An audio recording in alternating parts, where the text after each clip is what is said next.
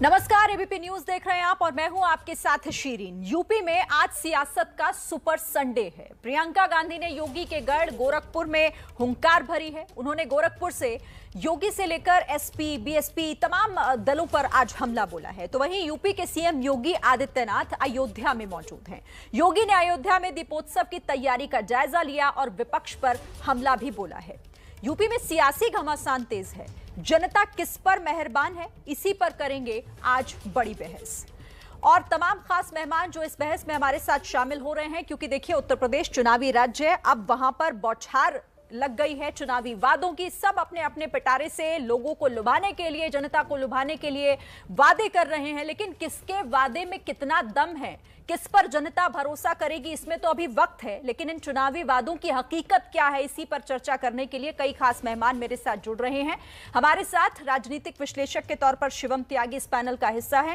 Faizan Khan BSP प्रवक्ता हमारे साथ जुड़ रहे हैं। डॉक्टर अजीज खान प्रवक्ता हैं समाजवादी पार्टी के, वो भी हमारे साथ इस वक्त जुड़ रहे हैं। और वरिष्ठ पत्रकार के तौर पर दिबांग मेरे साथ हैं। उनसे भी हम समझेंगे कि आखिर इन वादों की हकीकत दरअसल है क्या। और कांग्रेस की प्रवक्ता साधना भारती भी हमारे साथ चर्चा में शामिल हो रही है। बहुत स्वागत है आप सभी खास मेहमानों का। शुरुआत में साधना भारती आप ही से कर लेती हूं, क्योंकि चुनावी मौसम है तो जाहिर तौर पर वादों की बौछार तो है ही। लेकिन प्रियंका गांधी कई बड़े वादे जनता से लगातार कर रही हैं। आज उन्होंने ये भी कहा, इन तमाम वादों के बीच एक बड़ी बात, कि किसानों की पूरी कर्ज माफी वो करेंगी। नौकरी की बात करती हैं, सुशासन की वो बात करती हैं, योगी आदित्यनाथ की बात करती हैं। उन पर आरोप और प्रत्यारोप एक अलग, लेकिन जो वादे वो कर रही हैं, क्या कांग्रेस ने उसे लेकर कोई प्लान भी बनाया है, रणनीति तैयार है, या हवा हवाई वादे?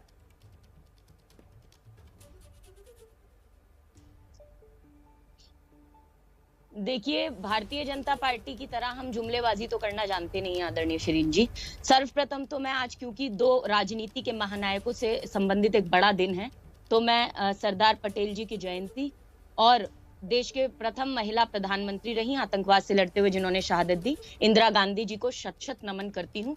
और सबसे पहली बात तो ये कहना चाहूंगी कि महिलाओं का सम्मान भाजपा नहीं करती।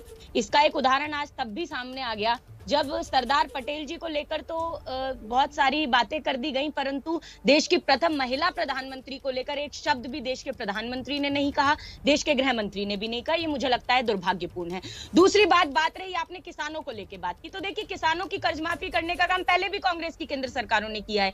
ये पहली बार तो हमने, ऐसा नहीं है कि कह दिया है और हम कर नहीं पाएंगे।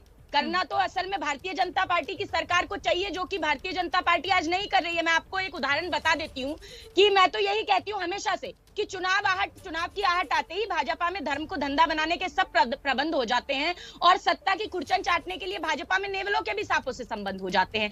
परंतु ये लोग ना तो शहीदों का सम्मान करते हैं, ना पिछड़ों का, ना वंचितों का, ना शोषितों का, किसी का सम्मान, महिलाओं का सम्मान भी नहीं करते। अभी उत्तर प्रदेश के अंदर वर्चुअली उद्घाटन किया प्रधानमंत्री जी ने 25 अक्टूबर को मेडिकल कॉलेज का। उसमें एक तरफ तो फतेहपुर में नाम दिया इन्होंने मेडिकल कॉलेज का, अमर शहीद जोधा सिंह अटैया ठाकुर, और दरियाओ सिंह फतेहपुर के कॉलेज का नाम रखा। दूसरी तरफ सामंतवादी सोच रखने वाले गॉडसेवादी गैंग के लोगों ने, मैं कहूंगी, इन्होंने एटा के मेडिकल कॉलेज का नाम, जहां अमर शहीद वीरांगना रानी अवंतीबाई लोधी रखना था, वहां एक वीरांगना के नाम से अमर शहीद को भी हटा दिया, रानी को भी हटा दिया। ये इनकी सामंती सोच को दर्शाता है। इसको लेकर कांग्रेस ने खिलाफत भी की और मैं भी इस मंच से, एबीपी के माध्यम से दर्शकों तक अपनी इस बात को पहुंचाना चाहती हूं कि सार्वजनिक तौर पर माफी भी मांगे। साथ ही साथ एक बात मैं और जरूरी रखना चाहूंगी, उत्तर प्रदेश का जो अभी तक का सिनेरियो रहा राजनीतिक, वो क्या रहा? उत्तर प्रदेश, ये कहते हैं यूपी में भाजपा एक ऐड चला रही है, यूपी नंबर 1 है। अरे काहे में नंबर 1 है? महंगाई में नंबर 1 है, महिलाओं के प्रति अपराधों में नंबर 1 है,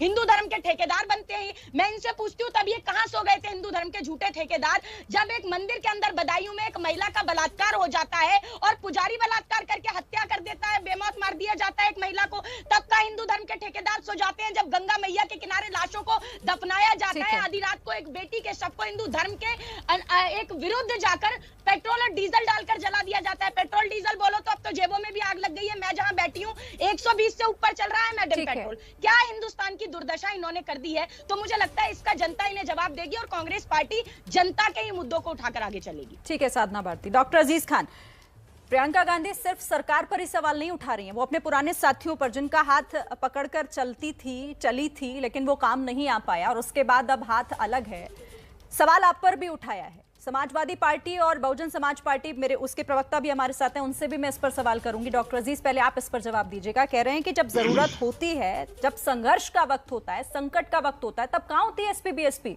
और हमसे कहते हैं कि हम बीजेपी के साथ हैं। देखिए शिरीन जी, बहुत अहम मसला है आज जिस पे आप चर्चा कर रही हैं। देखिए आज उत्तर प्रदेश की स्थिति क्या है, इस उत्तर प्रदेश आज खड़ा कहां है, हमें इस पर चर्चा करना होगा सबसे पहले। देखिए उत्तर प्रदेश की इतनी दुर्गति हो गई है पिछले 4.5 साल में कि बीजेपी ने इसको लाकर कहां खड़ा कर दिया है। आज आप देखिए महंगाई चरम पर है, कानून व्यवस्था की स्थिति यह है कि मुख्यमंत्री महोदय के गृह जनपद में उनके नाक के नीचे जिस तरीके से एक व्यापारी की हत्या हुई वसूली को लेकर के, आप अंदाजा लगाएं कि कानून व्यवस्था कितना लचर है। किसान को कुचल दिया जाता है, जब वो आंदोलन करता है, अपनी आवाज को उठाता है, तो उसकी आवाज को दबाने के लिए, आवाज को दबा नहीं पा रहे हैं, आंदोलन को दबा नहीं पा रहे, लेकिन किसान को कुचल दिया जाता है। कौन कुचल रहा है? साहब गृह मंत्री के साहबजादे कुचल रहे हैं। और एक बड़े गृह मंत्री उत्तर प्रदेश में आते हैं, कहते हैं दूर दूर से दूरबीन से मुझे दिख नहीं रहे, कोई अपराधी नहीं दिख रहे हैं। मैंने यही कहा, कल भी मैंने डिबेट में कहा था कि अगर आप देखना चाहे तो अगर दूरबीन का मुंह घुमा ले तो उसी स्टेज पे आपको ऐसे शख्स दिख जाएंगे जिसकी तलाश आपको है। एक बात आपको बता दूं। दूसरी बात आपको मैं बताना चाहता हूं कि इन्होंने बहुत बड़े बड़े वायदे किए थे। अपना जो संकल्प पत्र था इनका, झूठा पत्र, उस झूठे पत्र में तमाम वायदे किए थे। आज आप बताओ कि जनता ने कितने उम्मीद के साथ इनको वोट दिया था, माइंडेड दिया था, एक बड़े बहुमत से इनको 14, 17 और 19 में जिताया। लेकिन इन्होंने क्या किया? जनता को धोखा दिया। इन्होंने कहा एम्स बनाएंगे, इन्होंने कहा साहब मैं हर जिले में इंजीनियरिंग कॉलेज बनाऊंगा, इन्होंने कहा 10 अंतरराष्ट्रीय स्तर का विश्वविद्यालय बनाएंगे, लेकिन कुछ नहीं किया, सिर्फ वायदा किया, दावा किया। और आज जब इनके पास बताने को कुछ नहीं है तो वहां से बड़े बड़े नेता आ रहे हैं, मोदी जी आ रहे हैं, उत्तर प्रदेश में मुख्यमंत्री अमित शाह जी आ रहे हैं, और साहब यहाँ पे जनता को फिर गुमराह करने का प्रयास कर रहे हैं। अभी कोरोना की बात चल रही थी साहब, कोरोना में देखिए, कोरोना की बात लगातार 2-3 दिनों से उठ रही है कि हमने साहब बहुत बड़ा काम कोरोना में कर दिया। जब कोरोना उत्तर प्रदेश में फैला था, यही माननीय मुख्यमंत्री महोदय उत्तर प्रदेश छोड़ करके पश्चिम बंगाल भाग गए। उत्तर प्रदेश को की जनता को अपने हाल पर छोड़ दिया। यहाँ लोगों को बेड नहीं मिल रहा था, ऑक्सीजन नहीं मिल रहा था, हॉस्पिटल्स नहीं मिल रहा था, लोगों को दफनाने की व्यवस्था नहीं थी, लाशें गंगा में तैर रही थी, लोग जला नहीं पा रहे थे, और जो लाशें जलाई जा रही थी उनको टीन शेड से किस तरीके से ढका जा रहा था, लाशों को ढका जा रहा था। उस वक्त संवेदना कहां चली गई थी? उत्तर प्रदेश की सरकार की संवेदना मर गई है। इनको यहाँ के लोगों से कोई लगाव नहीं है। अगर लगाव होता तो कोरोना में जिस तरीके से मौतें हुई थी, उन मौतों पर इनको दर्द होता। एक बड़ी आखिरी बात श्री जी, उत्तर प्रदेश में माननीय मोदी जी आए, किसानों को कुचल दिया गया, यहाँ पर उद्घाटन करने आए थे, उद्घाटन का बड़ा शौक है, एक भी बार संवेदना व्यक्त नहीं किया किसानों के ऊपर, एक ट्वीट नहीं किया। वही किसान जो हमारा अन्नदाता है, जो हमें अन्न पैदा करके देता है, हम उसे खाते हैं, उसके ऊपर एक जरा सा संवेदना व्यक्त नहीं किया, एक ट्वीट भी प्रधानमंत्री महोदय ने नहीं किया। ठीक है, शिवम त्यागी, आप पॉलिटिकल एनालिस्ट हैं। हम जब किसी भी राज्य में चुनाव आते हैं तो हम देखते हैं कि चुनावी वादों की बौछार लग जाती है। हर पार्टी यही कोशिश करती है कि किसी भी तरीके से कोई ऐसा वादा जो काम कर जाए चुनावों में। इस बार बड़े बड़े वादे, चाहे आरएलडी हो, आरएलडी ने अभी थोड़ी देर पहले अपना घोषणा पत्र जारी किया, वो कह रहे हैं कि हम 1 करोड़ नौकरियां देंगे, हम किसानों की कर्ज माफी करेंगे, गन्ने के रेट बढ़ाएंगे ताकि किसानों की आय बढ़े। इसी तरीके से और भी दल अपने अपने चुनावी पत्र लेकर, घोषणा पत्र लेकर बैठे होंगे, लेकिन किसके वादे में कितना दम फिलहाल अभी तक के जो चुनावी वादे हैं उसमें आप देख पा रहे हैं?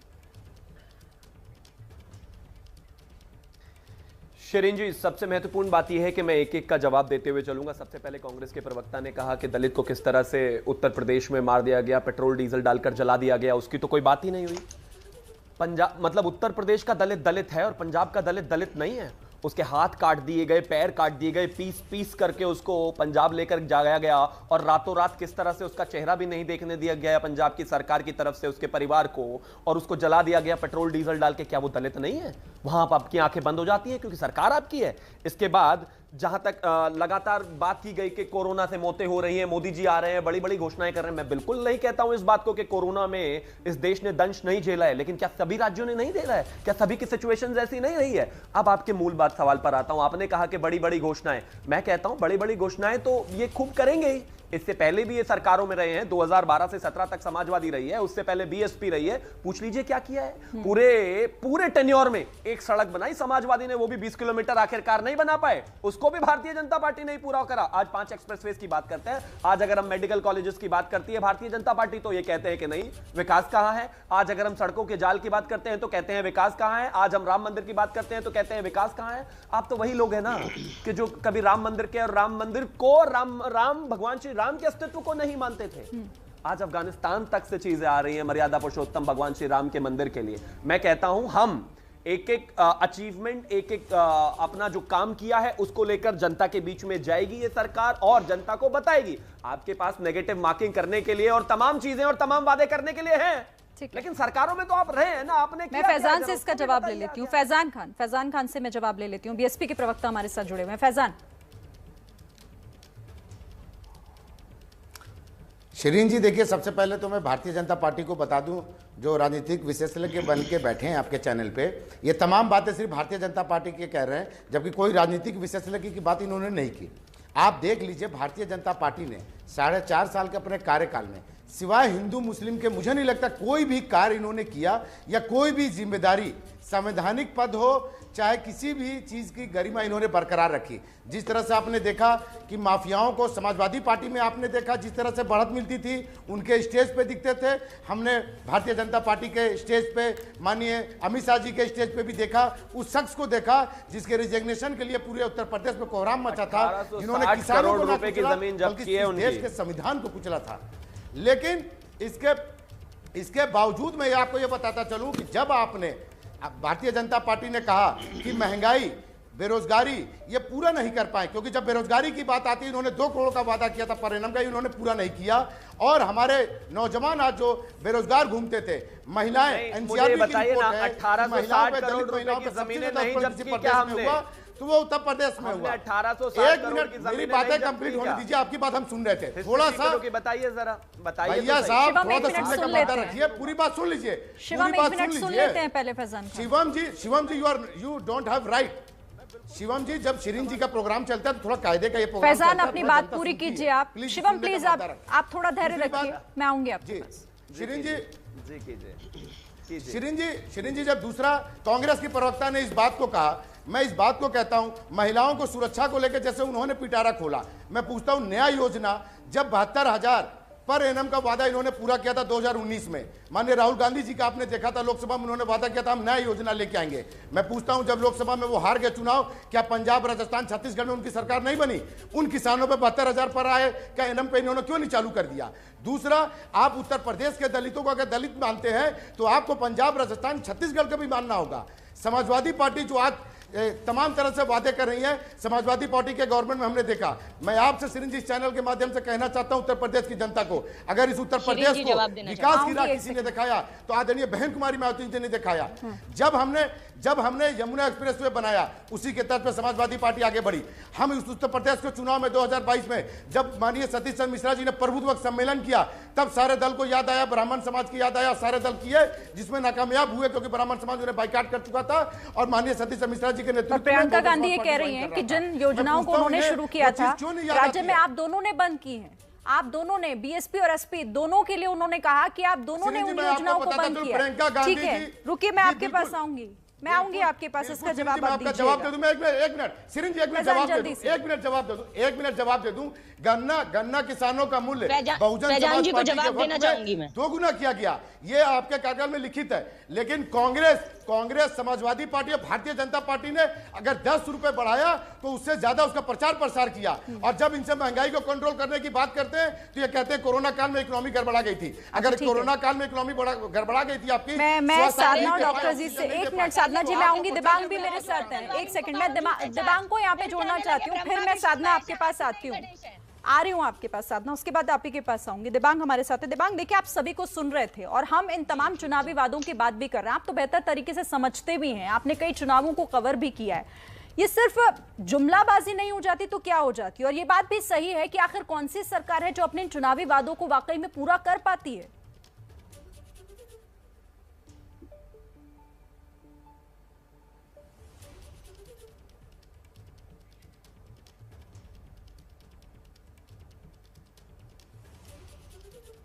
जी हाँ, ये बात बिल्कुल सही है, पर देखिए बात ये है कि उसी कसौटी पर आपने अपने वादे जो किए हैं उनको आप कितना पूरा कर पाते हैं, उस कसौटी पर कसने की जरूरत है।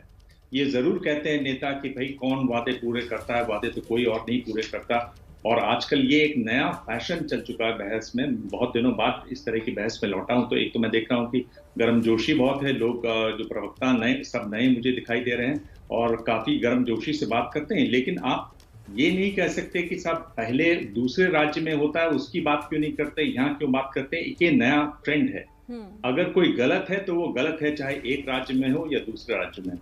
दूसरा, मुझे लगता है प्रवक्ताओं को जो चुनावी वादे हैं उन पर जो वादे किए गए हैं उनको ठीक से पढ़ के आना चाहिए, उनके बारे में बात करना चाहिए और सवाल पूछना चाहिए। यहाँ ये इसलिए नहीं करते हैं क्योंकि जब उनकी सरकारें आ जाती हैं तो वो भी उसी तरह से रह जाते हैं। तो ये एक बहुत समझने की जरूरत है। उत्तर प्रदेश में चुनाव अभी शुरू हो रहा है। हम देख रहे हैं कि कांग्रेस पार्टी जिस तरह से कोशिश कर रही है, प्रियंका गांधी ने जिस तरह से पार्टी में जान फूंकने की कोशिश की है, उससे कम पार्टी दिखाई तो दे रही है।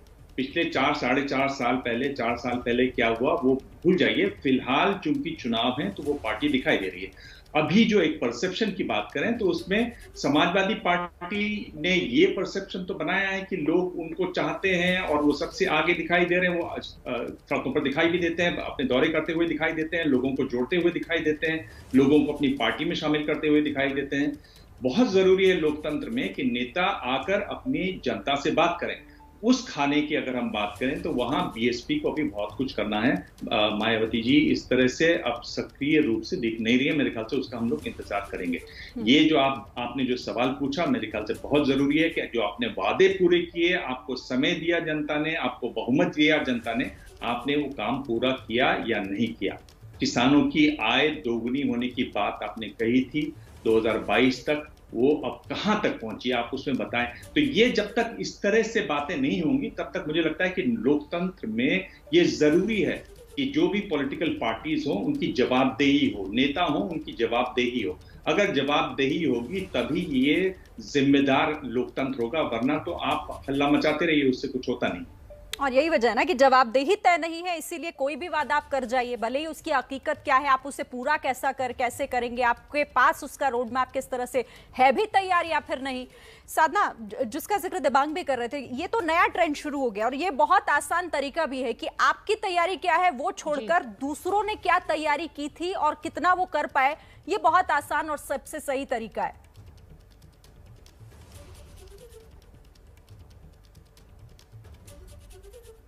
देखिए आदरणीय शिरीन जी, सबसे पहले तो जो आदरणीय दिबांग जी ने बात कही, मैं शुरुआत से हमेशा से इस बात पे विश्वास रखती हूँ कि तुलनात्मक विश्लेषण किसी भी दुर्घटना का नहीं होना चाहिए। चाहे वो बलात्कार की घटना हो, चाहे वो हत्या की घटना हो, चाहे किसी भी प्रकार की आपराधिक घटना हो, उसका तुलनात्मक विश्लेषण नहीं होना चाहिए। वो किसी राज्य में हो वो गलत है और वो गलत ही रहेगी, वो सही नहीं हो जाती। परंतु जब बात ये शिवम त्यागी जी ने कही, जो तथाकथित राजनीतिक विश्लेषक और भाजपा के नेता हैं, जो कई चैनलों में मेरे साथ भाजपा के नेता बन के बैठे हैं, इसीलिए मैं बहुत उससे कह रही हूं ये वाली बात, तो इन्होंने बड़ी सारी बातें कही, तो इनकी बातों का भी जवाब देना मुझे जरूरी है। मैं बसपा के प्रवक्ता का भी बातों का जवाब दूंगी। पहली बात इन्होंने कही कि जिस तरीके से इन्होंने कांग्रेस को कभी कटघरे में खड़ा कर देते हैं। उत्तर प्रदेश में आप ये बताइए ना, आपने काम क्या किया है?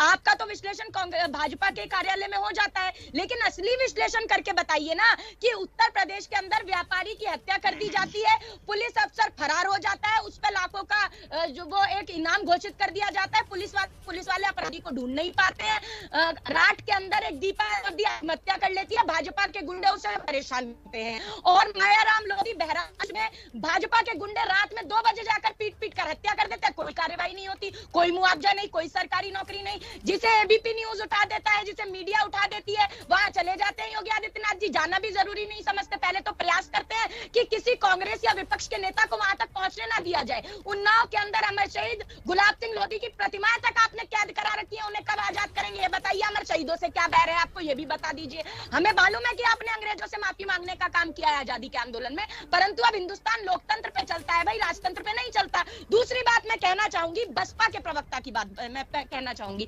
ये इन्होंने कब यूपी का विकास करने का काम किया? ये तो पहले नारा देते थे तिलक तराजू और तलवार, इनको मारो जूते चार। जब इन्हें लगा वोट कटेगा तो इन्होंने कहा अरे ब्रह्मा विष्णु महेश है, हाथी नहीं गणेश है। उसके बाद इन्होंने नारा दिया कि चढ़ गुंडों की छाती पर और मोहर लगेगी लगेगी हाथी पर। जब सरकार बनी इनकी तो चढ़ गए गुंडे हाथी पर और गोली मारे छाती पर दिखाई दिया। तो मुझे लगता है कि बसपा वालों का खुद का दामन इतना साफ नहीं है जो छीटाकशी करने का काम करे। बात रही कांग्रेस पार्टी की, तो मैंने पहले भी कहा कि कांग्रेस पार्टी अपने वादों को पूरे करने में सक्षम रही है और आगे भी रहेगी। जो वादे हमने प्रतिज्ञा ली है 40% टिकट का वादा। देखिए वक्त की जरूरत को देखकर साधना, आप किसी भी पार्टी को देख लीजिए, वो अपने आप को बदलते हैं और कांग्रेस ने भी ऐसा किया है। अगर आप बीएसपी पर सवाल उठा रही हैं तो कांग्रेस ने भी ऐसा किया है। ठीक है, मैं जवाब ले लेती हूँ एक एक करके। शिवम पहले आप, उसके बाद फैजान। शिवम, फिर उसके बाद डॉक्टर अजीज आपके पास आऊंगी मैं। देखिए सबसे पहले मैं एक चीज कहना चाहता हूं, मैं कोई तुलनात्मक विश्लेषण नहीं अब इनको कहिए ना प्लीज। मैं बिल्कुल तुलनात्मक विश्लेषण की बात ही नहीं करता हूं, लेकिन मैं सिर्फ आपको इतना कहना चाहता हूं, दिबांग जी भी यहां पर बैठे हैं, उन्होंने जो कहा कि भाई एक राज्य में जो हुआ उसको दूसरे राज्य से कंपेयर करके आप ये अपनी जवाबदेही नहीं घटा सकते। बिल्कुल नहीं सर, क्यों, कौन घटा रहा है? कोई नहीं घटा रहा है। लेकिन महत्वपूर्ण बात यहां पर यह है कि जब ये सेलेक्टिव आउटरीच होता है, चाहे किसी भी राज्य में हो, किसी भी जगह में हो, कोई भी रूल स्टेट हो, तो जब जाहिर है जब एक ही चीज को लेकर आप बात करेंगे तो जाहिर है पार्टी क्या करेगी, दूसरी की बात करेगी। फॉर एन एग्जांपल मैं अभी बात करना चाहता हूं, साधना भारती ने लगातार उत्तर प्रदेश की घटनाओं को कहा। मैं मानता हूं कि कहीं ना कहीं एक भी घटना, चाहे वो बलात्कार की हो, चाहे वो लूटपाट की हो, चाहे वो किसी भी चीज की हो, गलत है। जब तक एक भी है सरकारें जिम्मेदार हैं। लेकिन at the same time Rajasthan में एक महिला को 7 पुलिस वाले लगातार रेप करते रहते हैं, उसके बाद उनको सस्पेंशन नहीं किया जाता, तमाम तरह की जांच मिटाने के बाद 3 को क्लियर कर दिया जाता है। रोज आप उस तरह की घटना देखते हैं, क्या वो उस बारे में बात करते हैं? क्या वो उस चीज को हिट करके वहां पर जाते हैं? क्या वहां पर अपने मुख्यमंत्री से बात करने की कोशिश करते हैं? नहीं। अब मैं साधना भारती जी की तरफ आता हूं। इन्होंने कहा कि मैं कहता हूं, आपने कहा था कि आप अपने काम गिनाइए, दिबांग जी ने भी कहा था कि काम गिनाइए, लेकिन काम ना गिना के तमाम तरह की चीजें गिनाई। हाँ, मैं आपको काम गिनाने के लिए तैयार हूं। अगर आज केंद्र की तरफ से 33 किलोमीटर पर डे रोड बनाई जा रही है, देखिए आप भी वही कह रहे हैं, दिवाली पर अगर आप भी वही कह रहे हैं, जब एक राज्य का जिक्र होता है, एक राज्य का जिक्र होता है तो उस पर बात करने की जगह दूसरे राज्य की किसी घटना को लाकर सामने रख दिया जाता है और कहा यह जाता है कि देखिए वहां तो ये हो रहा है, वहां तो आप गए नहीं, वहां तो इस पर आपने कुछ कहा नहीं। स्वागत है। समाजवादी पार्टी के अध्यक्ष अखिलेश यादव ने बीजेपी और साथ ही कांग्रेस दोनों पर हमला बोला है। अखिलेश यादव ने हरदोई में कहा कि बीजेपी और कांग्रेस दोनों एक जैसी हैं, कांग्रेस का अनुसरण कर रही है बीजेपी। क्या कुछ उन्होंने कहा, पहले सुनते हैं। आज किसान की आय दोगुनी नहीं हुई, महंगाई बढ़ गई, बेरोजगारी बढ़ी है। जिस तरीके से सरकार चल रही है सब अपमानित हो रहे हैं। कानून व्यवस्था पूरी तरीके से ध्वस्त है। कल ही सोचो फैजाबाद में एक बेटी ने आत्महत्या कर ली।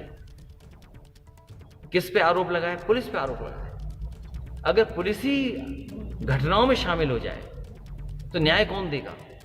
वो स्टेज देखा होगा जहां पर आपने गृह राज्य मंत्री जी को देखा होगा, देश के गृह मंत्री वहां, मुख्यमंत्री वहां, पूरी कैबिनेट वहां, डिप्टी सीएम वहां।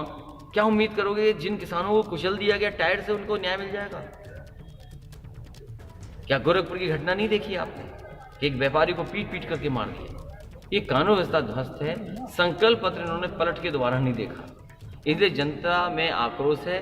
जनता इस भारतीय जनता पार्टी को हटाना चाहती है। भारतीय जनता पार्टी का सफाया होगा।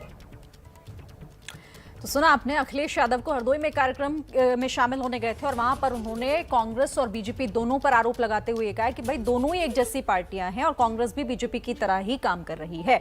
इस पर मैं डॉक्टर फैजान आपसे, डॉक्टर अजीज खान आपसे इस पर जवाब लेना चाहती हूँ। प्रियंका गांधी कह रही हैं कि एसपी बीएसपी एक जैसे हैं, आप कह रहे हैं कि कांग्रेस और बीजेपी एक जैसे हैं।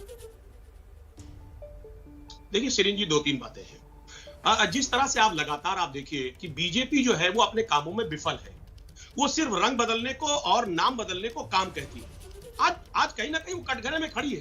कांग्रेस की भी बड़ी जिम्मेदारी है कि उसका पर्दाफाश करें।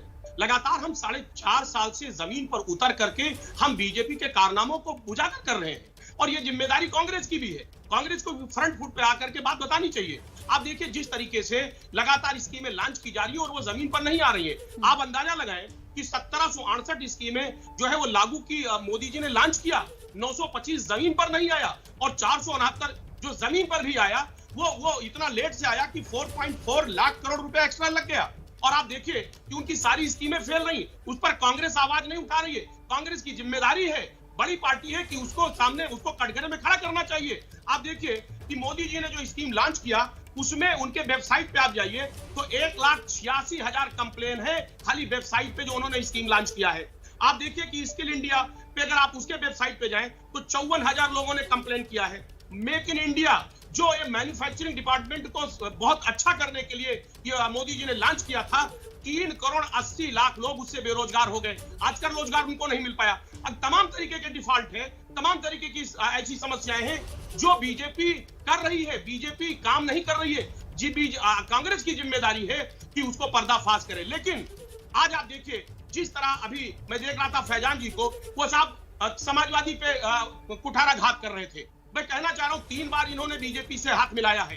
बीजेपी की परंपरा है झूठ बोलने की, और वो झूठ बोलने में माहिर है। 3 बार चूंकि इनके साथ में थे, उनका असर इन पर आया, और असर इस कदर आया कि जो वो झूठ बोल रहे हैं वही बीएसपी झूठ बोल रही है। इन बीएसपी को समझना चाहिए कि आज बीजेपी इस देश के लिए खतरा है, नौजवानों के लिए खतरा है, आज महिलाओं के लिए खतरा है, आज किसानों के लिए खतरा है। इन सबको आवाज उठाना चाहिए। आवाज उठाने के बजाय समाजवादी पार्टी को कटघरे में खड़ा किया जा रहा है। ये वाकई में बहुत ही चिंता का विषय है। ये अब एक आखिरी बात आप देखिए, अभी मैं कल एक डिबेट कर रहा था मनरेगा की बात। देखिए अभी देखिए, किसान परेशान था, नौजवान परेशान था, सारे लोग परेशान थे, मजदूर भी परेशान है। मनरेगा में जो पिछले साल उसका जो बजट था वो 1,11,000 करोड़ था, वो बजट घटा करके केवल 73,000 करोड़ कर दिया गया। और आज अभी देखिए मनरेगा में पैसा नहीं बचा हुआ है, 5 महीने बचे हैं, 8,686,000 करोड़ रुपए अभी उसमें कम पड़ रहा है, डिफिसिट है। अब सवाल इस बात का, मनरेगा जैसी स्कीम भी फेल हो गई, इस पर सवाल उठाना चाहिए। कांग्रेस की भी जिम्मेदारी है, बीएसपी की भी जिम्मेदारी है। चलिए मैं आपका जवाब ले लेती हूँ। पूरी तरह से बीजेपी पहले फैजान खान से जवाब लेते हैं, उसके बाद फिर साधना भारती। फैजान खान प्रताड़ित करने का प्रयास कर रही है, सबकी जिम्मेदारी है कि उसका पर्दा। ठीक है फैजान खान। देखिए शिरीन जी, ये मैं दिबांग जी बहुत वरिष्ठ पत्रकार से सामने बैठा हूँ, मैं बहुत छोटा हूँ उनके आगे, और उनकी बताई हुई बातों को मैं अपने दिल पे लेता हूँ और इस बात का विश्वास दिलाता हूँ कि उनकी जो सोच है वो राजनीति 2022 में उत्तर प्रदेश में आदरणीय बहन कुमारी मायावती जी के नेतृत्व में उन्हें जरूर दिखेगा। अब रही बात डॉक्टर अजीज खान साहब, हमारे समाजवादी पार्टी के प्रवक्ता साहब इस बात को कह रहे थे कि बहुजन समाज पार्टी आवाज़ न उठाए। अरे भाई साहब, अजीज खान साहब क्यों ना आवाज़ उठाएं? समाजवादी पार्टी, भारतीय जनता पार्टी एक ही सिक्के के तो 2 पहलू हैं, हम क्यों ना उठाएं? क्या माफिया गर्दी आपके वक्त में हमने नहीं देखा? महिलाओं पे अत्याचार हमने नहीं देखा? क्या आपके मंत्रालय में भ्रष्टाचार हमने नहीं देखा? आप अपनी बात ना करके दूसरों पे आरोप लगा रहे हैं, ऊपर से बहुजन समाज पार्टी पे। हमने सफाई कर्मी की भर्ती की, पुलिसकर्मी की भर्ती की, शिक्षकों की भर्ती की, और जिस तादाद में किया, समाजवादी पार्टी क्या कितनी भर्तियां कर दी अपने शासनकाल में? आपने भ्रष्टाचार के अलावा क्या किया इस उत्तर प्रदेश में? और आप हमें कह रहे हैं भारतीय जनता पार्टी के साथ 3 बार सरकार बनाए। मैं पूछता हूं, माननीय योगी आदित्यनाथ जी आपके घर दरवाजे पे जाते हैं, आपके स्वास्थ्य के बारे में पूछते हैं, आपके माननीय मुलायम सिंह यादव जी पार्लियामेंट में माननीय मोदी जी के लिए दोबारा प्रधानमंत्री की बात करते हैं, और आरोप हम पे लगाते हैं। हमने तो आपके साथ 2019 में गठबंधन भी किया, आप 5 सीट पे आ गए, आप अपने घर की सीट नहीं बचा पाए और आरोप हम पे लगा रहे हैं। बहुजन समाज पार्टी, एक चीज याद रखिए अजीत खान साहब, और साधना भारती जी से भी मैं कहना चाहता हूं, आप महिलाओं की बात करती हैं, मैं दिबांग जी की इस बात पे एकदम बात कह रहा हूं कि अपनी बात करिए। महिला हेल्पलाइन से लेकर महिला सुरक्षा से लेकर किसने सबसे ज्यादा उत्तर प्रदेश में काम किया? और साधना भारती जी, जब आपकी सरकार केंद्र में थी, 33% का वोमेन रिजर्वेशन का बिल आपने क्यों नहीं पास करवाया? और यही समाजवादी पार्टी जो महिलाओं को लेकर इतनी बड़ी बात कर रही है, इन्होंने सबसे ज्यादा पार्लियामेंट में विरोध किया था। क्या दिबांग जी, शिरीन जी क्या बात नहीं जानते हैं? आप दोनों ने मिलकर महिलाओं को 33% आरक्षण का बिल किसकी सरकार में पास नहीं हो रहा है, इसकी जानकारी तो ले लो भाई साहब। अरे ये अधूरा ज्ञान आपने क्यों नहीं पास कराया? आपने पास नहीं कराया, आपने नहीं। अरे अधूरा ज्ञान नहीं, सुनिए साधना भारती जी, आपने बाकी भी पास कराया, इसको 10 साल में क्यों नहीं कराया? अरे दलितों का क्या किया आपने? दलितों का शोषण किया आपने, दलितों के शोषण के बता रहे सुन तो लीजिए, सुनने का मत रखिए। सुनिए, हमने किसान का आय दुगना किया, हमने किसानों का आय दुगना किया, आपकी तरह जुमलेबाजी नहीं की। आपने भारतीय जनता पार्टी ने आपके पार्टी ने सिवाय जुमलेबाजी का कुछ नहीं किया। नहीं साधना भारती जी, बात सुनने का मत रखिए। आपने नहीं आपने माननीय मोदी जी की तरह झाड़ू लगा के क्या समझती हैं आप? नहीं, आप लोग इवेंट बनाएंगी, आप जमीन पे उतरिए। जब तक प्रियंका गांधी जी जमीन पे नहीं उतरेंगी, आप उत्तर प्रदेश में अगर सिर्फ इवेंट करेंगी तो इवेंट बन के रह जाएंगी। नहीं, सिर्फ इवेंट बना के रहिएगा। जब महिलाओं की बात आती है आप लोग खड़े नहीं होते हैं। नहीं आप सुनाओ ना। अच्छा साधना भारती, एक आप मिनट, सुनाओ फैजान ना, खान को 10 खत्म साल करने का दीजिए, क्यों उसके बाद फिर मैं आपके पास, एक मिनट, साधना एक भारती जी सेकंड, हमारी बात करने, साधना भारती एक मिनट भारती जी रुकिएगा, हमारी बात कंप्लीट होने दीजिए। फैजान खान जल्दी से अपनी बात आप पूरी बात कीजिए। सुन तो लीजिए। देखिए शिरीन जी, इनको जी शिरीन जी, मैं इसी बात को कहता हूं, अगर आपकी नीयत और नीति सही नहीं है तो आपकी बातें सिर्फ जुमलेबाजी बन के रह जाएगी, कुछ कम नहीं करते। जिस तरह सुन, आप देख लीजिए। नहीं, भारतीय जनता पार्टी ने आय दोगुने की बात कही, क्या उन्होंने संकल्प पत्र में जो किया वादा जनता से पूरा किया? उन्होंने महंगाई को कंट्रोल करने की बात की, किया?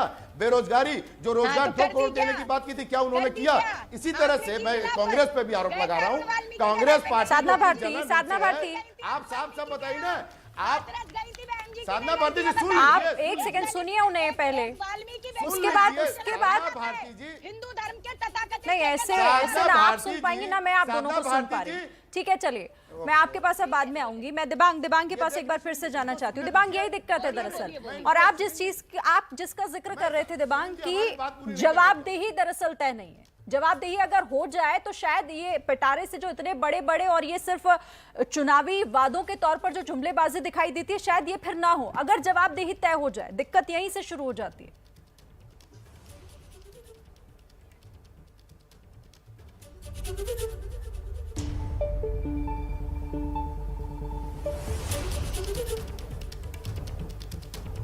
जी हाँ, बिल्कुल, आप बिल्कुल सही कह रही हैं कि अगर जवाबदेही हो तो पूरी चीजें बदलें। देखिए, अगर जवाबदेही हो तो जनता को भी चीजें बहुत साफ समझ में आए, और मेरे ख्याल से उसमें मीडिया का रोल बहुत इंपॉर्टेंट हो जाता है। अब ये जो प्रवक्ता लोग एक दूसरे को रोक रहे हैं, जवाबदेही अगर आप चाहते हैं तो आप दूसरे की बात जरूर सुने, आप अपनी बात रखें, दूसरे की बात सुने। लोकतंत्र में सिर्फ वोटिंग डालना, वोट काउंट करना, ये तो बहुत बाद में परंपरा शुरू हुई। लोकतंत्र को अगर आप देखें, जो ग्रीक्स में लोकतंत्र था उसमें वाद विवाद संवाद की बात थी। ये वोट डालने वाली परंपरा ये ग्रीक्स की है। जो पुरानी जो परंपरा थी वो भारत में परंपरा थी, लोकतंत्र की जड़ें थी। बात आज हम एक दूसरे की बात सुनते नहीं है, बात सुनते हैं एक दूसरे की, हमें लगता है कि हमारे खिलाफ कुछ बोल रहा है तो किसी तरह से उसको रोक दो। मेरे ख्याल से अब चूंकि उस पर भी आप एक ट्रैक चला हुआ है कि क्या लोकतंत्र जवाबदेह होना चाहिए। बिल्कुल जवाबदेह होना चाहिए। जवाबदेही तभी होगी जब हम एक दूसरे की बात सुनेंगे। अगर आप दूसरे की बात सुनेंगे, आपको लगेगा कि मैं गलत बोल रहा हूं, मेरे में ये कमजोरी है जो मुझे ठीक करनी है, वो हम लोग नहीं कर रहे। आज हम लोग सिर्फ चाहते हैं कि किसी तरह से दूसरे का मुंह बंद करवा दो। 30 मिनट का, 40 मिनट का, 1 घंटे का इनका शो है, उसके बाद में पार हो जाऊंगा। ये लोग देख रहे हैं, इसलिए लोग उकताते हैं इसको देखकर। मैं आपको बताता हूं, देखिए पिछले दिनों जब ये हुआ, कोरोना हुआ और जब मौतें हुई, जिस तरह के ऑर्डर्स आए इलाहाबाद हाईकोर्ट से, वो मेरे ख्याल से ऐसे ऑर्डर कभी नहीं आए कि एक हाई कोर्ट ने कहा कि अगर ऑक्सीजन की कमी से मौत होती है तो ये नरसंहार जैसा है। एक कोर्ट ने कहा कि उत्तर प्रदेश में, और मैं उत्तर प्रदेश की बात कर रहा हूं, सिर्फ इलाहाबाद हाईकोर्ट की, इलाहाबाद हाईकोर्ट ने अपने एक और आदेश में कहा कि उत्तर प्रदेश में छोटे शहर और गांव में जो स्वास्थ्य व्यवस्था है वो राम भरोसे है। अगर कोर्ट इतना स्ट्रांग इंडाइटमेंट कर रहा है और उसको अगर हम पॉलिटिकल डिबेट में कहीं नहीं दिखाई देती वो बातें, तो उससे एक ये भी लगता है कि हमारे जो नेता लोग हैं वो नए मुद्दे, सिर्फ चुनावी मुद्दे लेकर आते हैं चुनाव के दौरान। वो मुद्दे लेके आते हैं जो चुनाव में सभी पॉलिटिकल पार्टियों का यही हाल, क्योंकि वो जानते हैं कि किसी के सामने उनकी जवाबदेही तय नहीं है। इसीलिए जनता के सामने जितना बड़ा बोल सकते हैं, जितनी बड़ी बड़ी बातें, चुनावी वादे आप कर सकते हैं, करिए। उसके बाद देखिए जब चुनाव होते हैं, रिजल्ट आते हैं, सब भूल जाते हैं। बहरहाल वक्त इतना ही था। आप सभी हमारे साथ जुड़े, सभी खास मेहमानों का बहुत बहुत धन्यवाद हमारे साथ जुड़ने के लिए, अपनी बात रखने के लिए।